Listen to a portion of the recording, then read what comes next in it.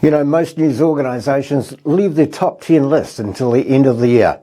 Hello, I'm Mike Bain from Christian Voice New Zealand, and today I want to give you my top 10 list reasons why we're not imagining a world that is descending into a nightmare.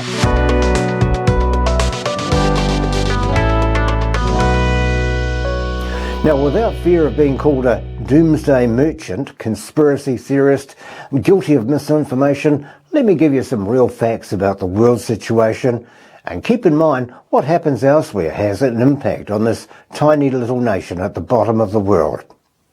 Now, by way of an introduction, and to grab your attention, I'm prepared to say time is running out for humanity. Our world, and we see it here in this country, has become a little bit more like a bad science fiction movie with each passing day, and our self-destructive tendencies are slowly but surely transforming our society into a living nightmare.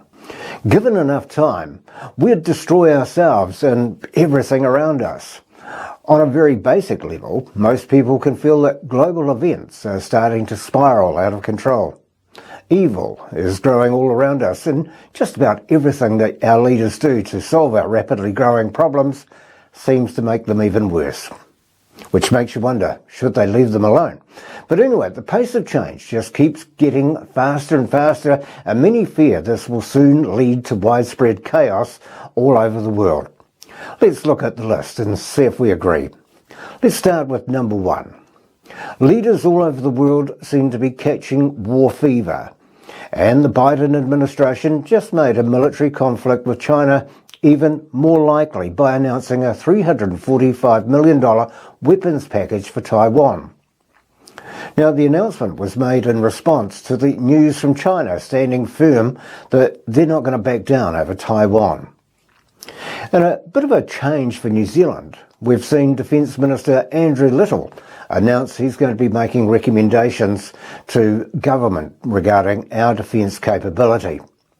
When pressed as to where the threat was from, he blundered around, but it's obviously China, but he couldn't say.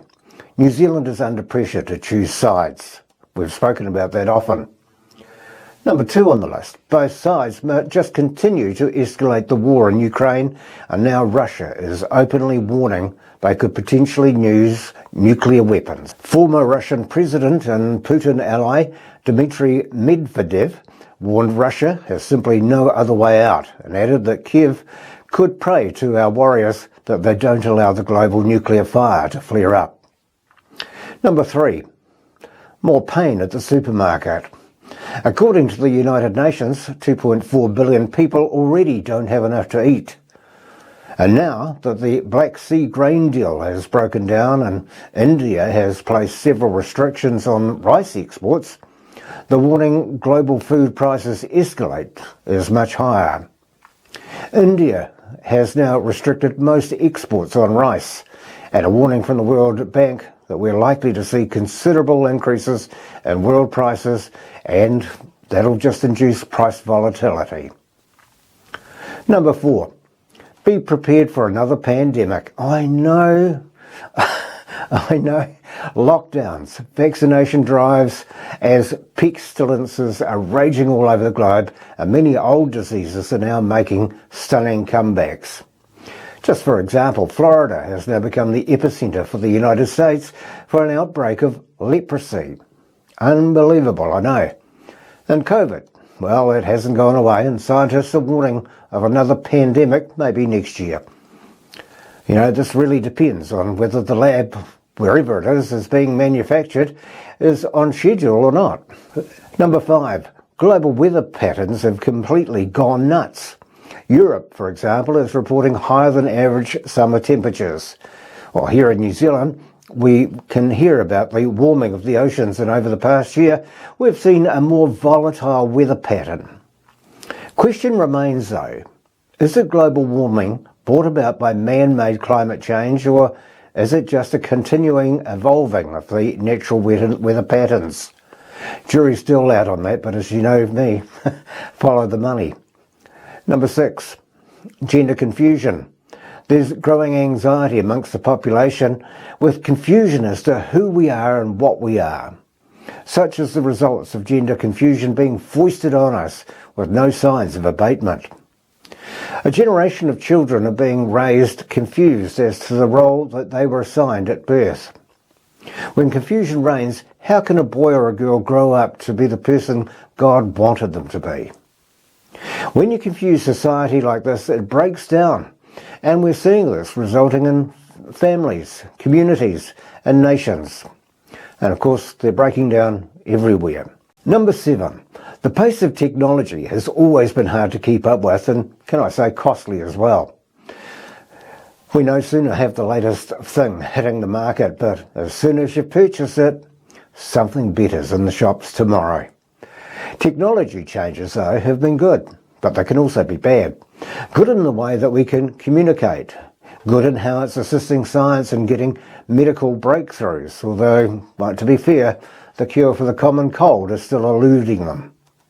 Technology, though, continues to increase at a pace that is breathtaking. While there's good in it, we're starting to see the bad as well. For example, retailer Amazon just recently introduced pay by scanning an inserted chip in your hand. Companies embracing things like artificial intelligence, like there's no tomorrow. Once again, they're blurring the line of reality and fiction. Number 8. Decades ago, we were introduced to Dolly the sheep, the first cloned living being. Now scientists are bringing some Ice Age worms found in Siberia back to life simply by thawing them out.